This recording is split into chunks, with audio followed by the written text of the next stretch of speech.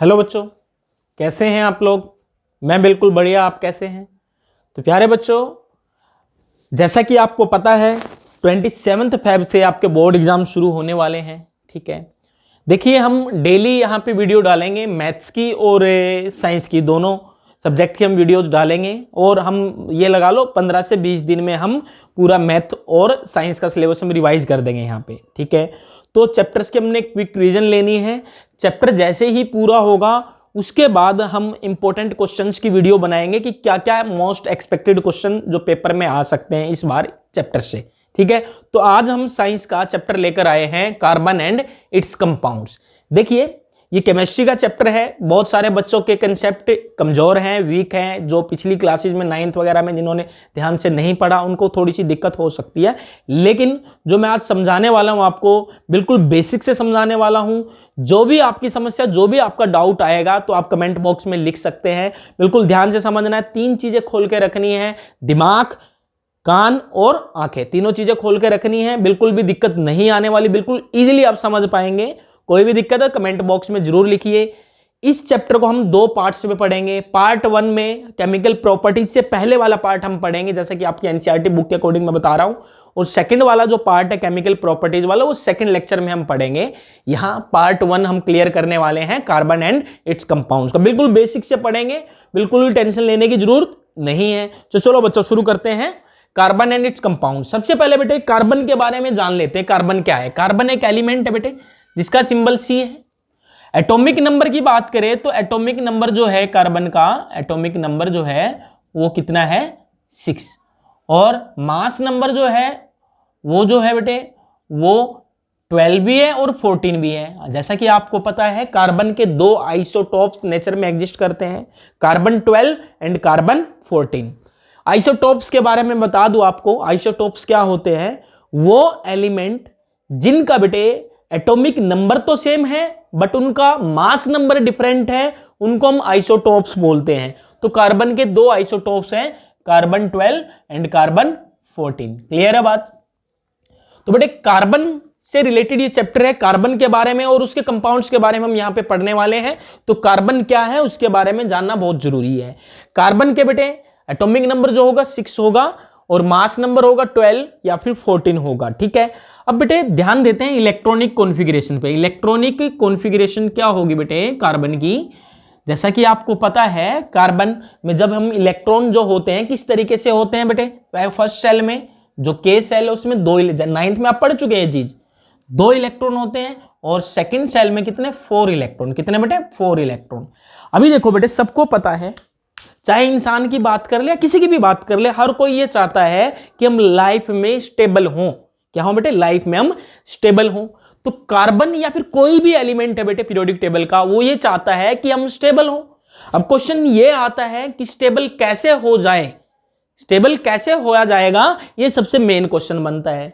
तो बेटे जो भी एलिमेंट अपनी वैलेंस सेल में, वैलेंस सेल का मतलब लास्ट सेल में 8 इलेक्ट्रॉन पूरे कर पाएगा, हाइड्रोजन और हीलियम के केस में 2 है वो, कोई भी एलिमेंट बेटे अगर अपनी वैलेंस सेल में लास्ट सेल में 8 इलेक्ट्रॉन वो पूरे कर पाएगा, 8 इलेक्ट्रॉन का मतलब अपना ऑक्टेट वो कंप्लीट कर पाएगा, तो वो क्या हो जाएगा बेटे? स्टेबल हो जाएगा। जैसा कि आपने देखा है बेटे नोबल गैस है पीरियोडिक टेबल में 18th ग्रुप होता है बेटे, helium, neon, argon, krypton, xenon, इस तरीके से बेटे नोबल गैस है ये बेटे। जैसे हीलियम का एटॉमिक नंबर 2, नियोन का 10, आर्गन का 18। अगर इलेक्ट्रॉनिक कॉन्फ़िगरेशन की बात करें तो हीलियम में केवल बेटे 2 ही इलेक्ट्रॉन है और वो पहली सेल में आ गए।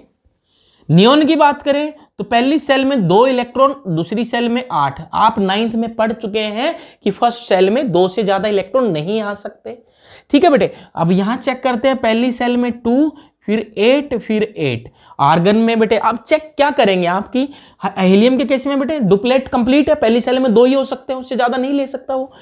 नियोन में बेटे सेकंड सेल में 8 इलेक्ट्रॉन है, ऑलरेडी कंप्लीट है उसका ऑक्टेट। ऐसा ही बेटे सेम आर्गन के केस में है। तो ये जो बेटे नोबल गैसेज है कभी रिएक्ट नहीं करती। क्यों नहीं करती? क्योंकि वो ऑलरेडी स्टेबल है। जो भी एलिमेंट रिएक्ट करेगा, जो भी एटम रिएक्ट करेगा बेटे, क्यों करेगा? वो स्टेबिलिटी गेन करने के लिए करेगा। तो बेटे जैसा कि हम देख पा रहे हैं कार्बन के केस में, हम देख पा रहे हैं बेटे कार्बन के केस में क्या है, इलेक्ट्रॉनिक कॉन्फ़िगरेशन हमने चेक की, पहली सेल में 2 इलेक्ट्रॉन, लास्ट सेल में कितना 4 इलेक्ट्रॉन। ये जो 4 इलेक्ट्रॉन है बेटे, ये कितना होना चाहते हैं, 8 होना चाहते हैं। कार्बन चाहता है कि मेरे लास्ट सेल में 8 इलेक्ट्रॉन हो जाए, मेरा ऑक्टेट कंप्लीट हो जाए और मैं स्टेबल हो जाऊं। इन्हीं 8 इलेक्ट्रॉन को पूरा करने के चक्कर में कार्बन क्या करता है बेटे, रिएक्ट करता है दूसरे एटम से। इसी कारण कार्बन के इतने सारे कंपाउंड्स बनते हैं। क्लियर है सबको बात? तो बेटे 4 इलेक्ट्रॉन कैसे पूरे करेगा? अब सोचने वाली बात है, जब हमने बेटे सोडियम और क्लोरीन का एग्जांपल लिया था, सोडियम का एटॉमिक नंबर 11 और क्लोरीन का 17।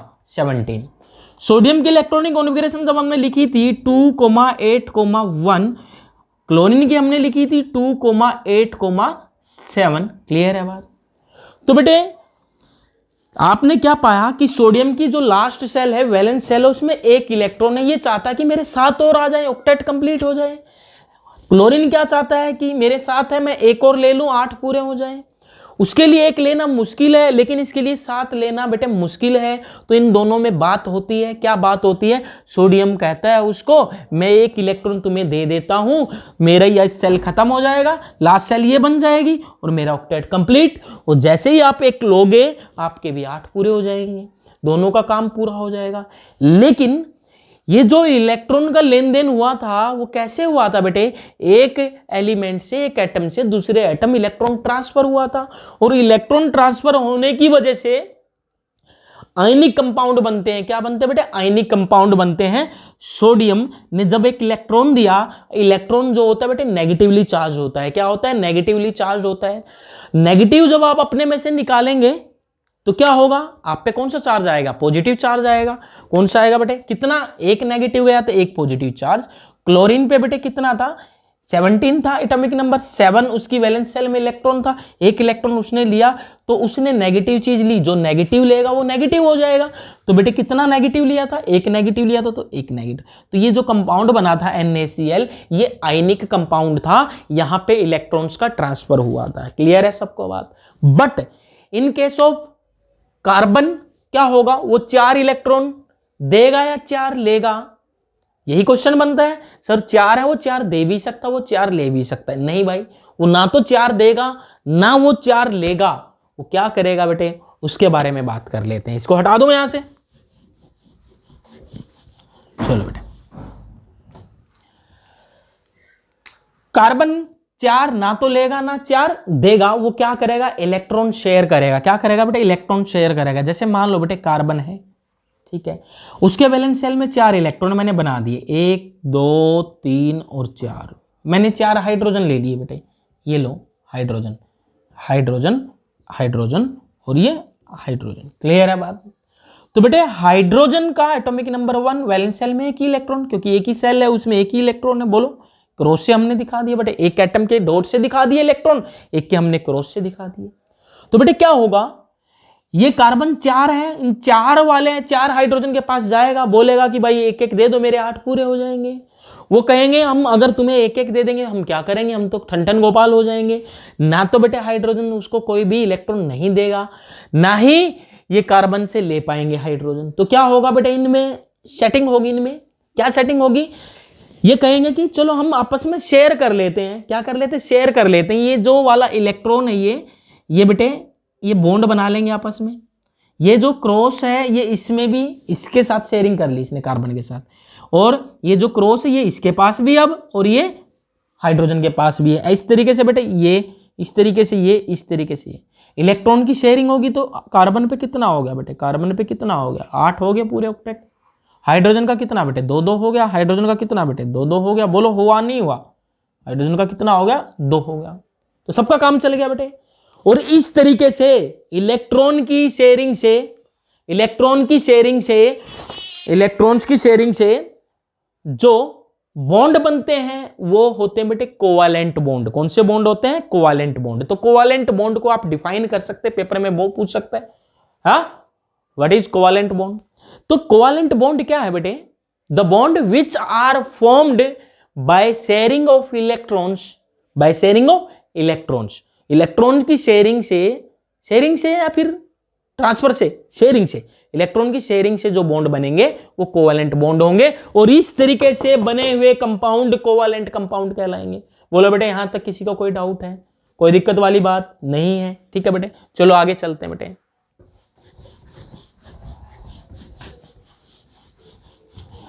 अब बेटे सबसे मेन जो क्वेश्चन आता है वो क्या आता है, क्वेश्चन क्या आता है कि कार्बन इतने सारे कंपाउंड क्यों बनाता है? Why carbon forms large number of compounds? Carbon के इतने सारे कंपाउंड क्यों होते हैं? बेटे आपके एनसीईआरटी बुक में शुरुआत में आपको क्वेश्चन मिल जाएगा कार्बन के इतने सारे कंपाउंड्स क्यों होते हैं।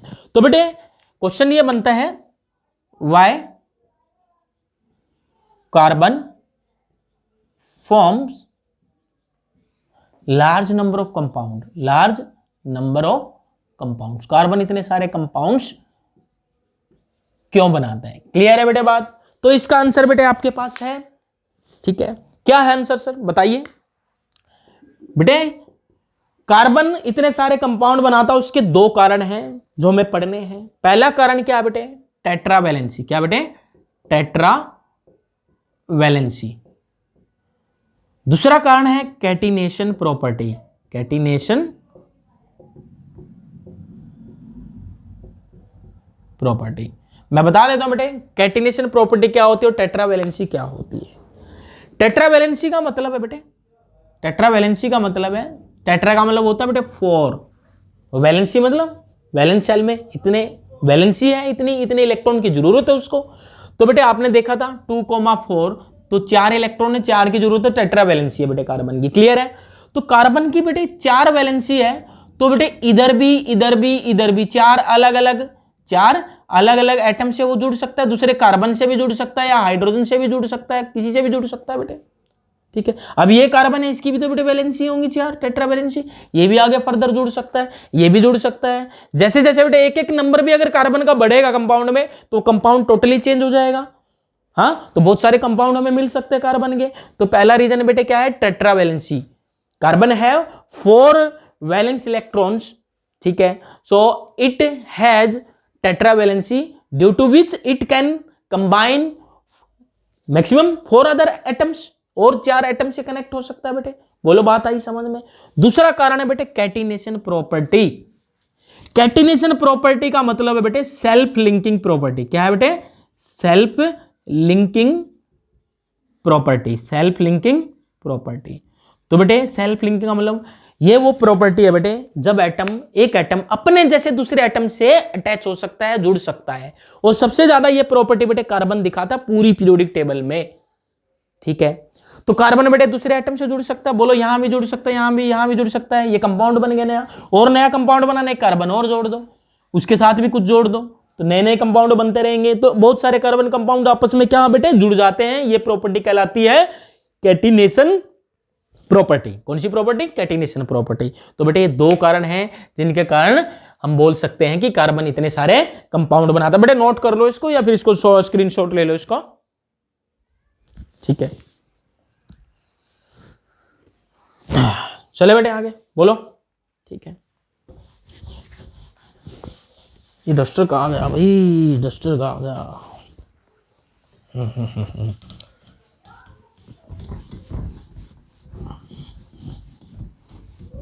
ये बोर्ड गंदा हो गया भाई, साफ करना पड़ेगा इसको। साफ ऐसे नहीं होगा। ये दिख रहा है बेटे सबको? विजिबल है, ऑडिबल है बेटे? जिसको जो भी समस्या है कमेंट बॉक्स में कमेंट कर सकता है, ठीक है। चलो बेटे इतना हो गया। अब बेटे कार्बन हमें पता चलेगा, कार्बन कोवैलेंट कंपाउंड्स बनाता है इलेक्ट्रॉन की शेयरिंग करके दूसरे एटम से, ठीक है। अभी अगला जो टॉपिक है सिलेबस में वो है saturated and unsaturated carbon compounds, ठीक है बेटे। क्या? Saturated and unsaturated carbon compound,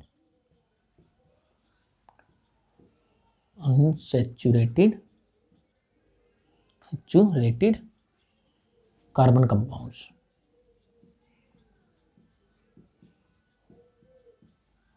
बेटा देखो, सैचुरेटेड कार्बन कंपाउंड्स वो कार्बन कंपाउंड्स है जिनमें कार्बन कार्बन के बीच में क्या होगा बेटे? कार्बन कार्बन के बीच में क्या होगा बेटे? सिंगल कोवैलेंट बॉन्ड होगा। क्या होगा बेटे? Single covalent bond.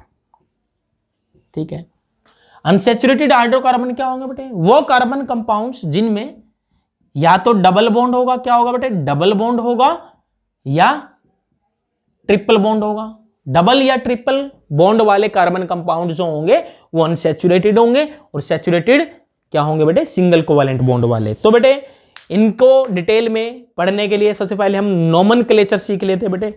नोमेनक्लेचर का मतलब कार्बन के जो कंपाउंड्स हैं उनका नामकरण कैसे करते हैं। ठीक है,